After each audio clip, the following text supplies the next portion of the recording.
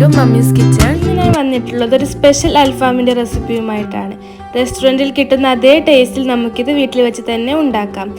തീർച്ചയായും നിങ്ങളിത് ട്രൈ ചെയ്ത് നോക്കണം. നല്ല ടേസ്റ്റാണ്. നല്ല സ്പൈസി ആയിട്ടുള്ള കുറച്ച് പുളിയൊക്കെയുള്ള ഒരു അടിപൊളി ചിക്കനാണിത്. നമുക്കെന്നാൽ വീഡിയോയിലോട്ട് പോകാം. ഞാനിവിടെ മല്ലിയിലയും പുതിനയും എടുത്തിട്ടുണ്ട്. മല്ലിയില കുറച്ചധികം എടുക്കാം. ഒരു 10-15 പച്ചമുളക് എടുത്തിന്.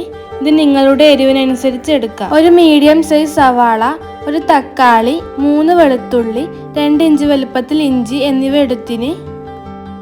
ഇതെല്ലാം കൂടി മിക്സിയുടെ ചെറിയ ജാറിൽ ഇടാം.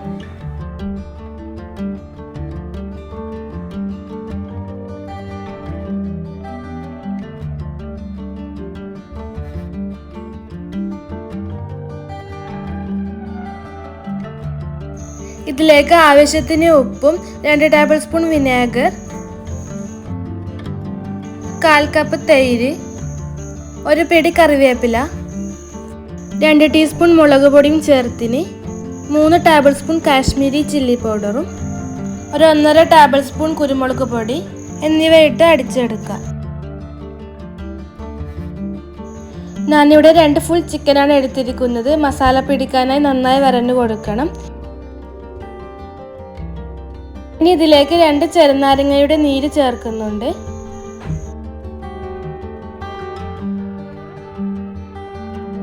കാൽ കപ്പ് തൈരും അടിച്ചെടുത്ത പേസ്റ്റും ഇട്ടുകൊടുത്ത് നന്നായി മിക്സ് ചെയ്തെടുക്കാം.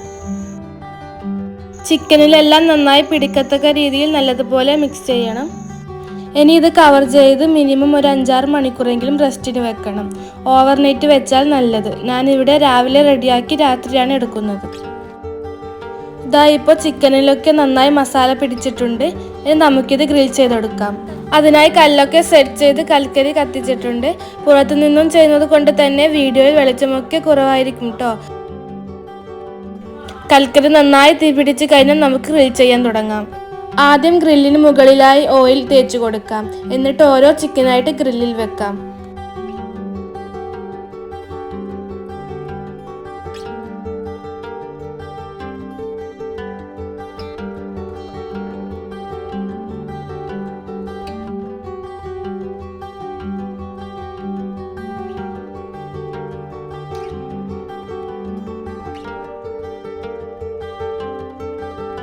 ഇനി ഇത് കല്ലിന് മുകളിൽ വെക്കാം.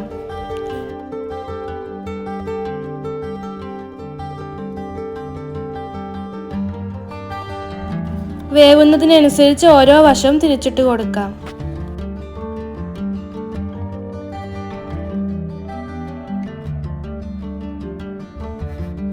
കരിഞ്ഞു പോവാതെ ഓരോ വശവും വേവിച്ചെടുക്കാം. ഇടയ്ക്ക് ചെറുതായി ഓയിൽ സ്പ്രെഡ് ചെയ്ത് കൊടുക്കുന്നുണ്ട്.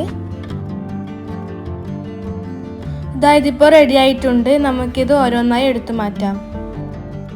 ഇതുപോലെ തന്നെ ബാക്കിയുള്ളതും റെഡിയാക്കി എടുക്കാം.